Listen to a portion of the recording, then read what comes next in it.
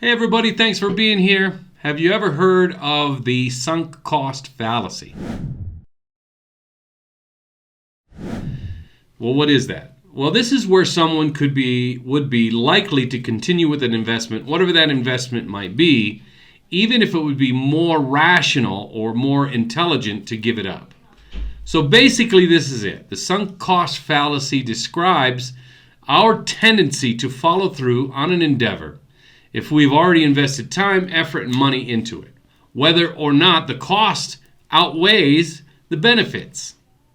Now, we're going to talk about this and discuss it on my YouTube channel in the future. So we're going to talk about where this bias occurs, individual effects, the systematic effects, why it happens, how to avoid it, and how it all started. But most importantly, why is it important to us? And let me just give you a quick example of this.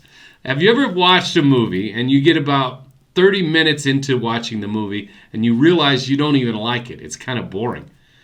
But you continue watching it anyway. That's because of the sunk cost fallacy. We continue wasting our time on this boring movie since we've already invested 30 minutes of our time into it.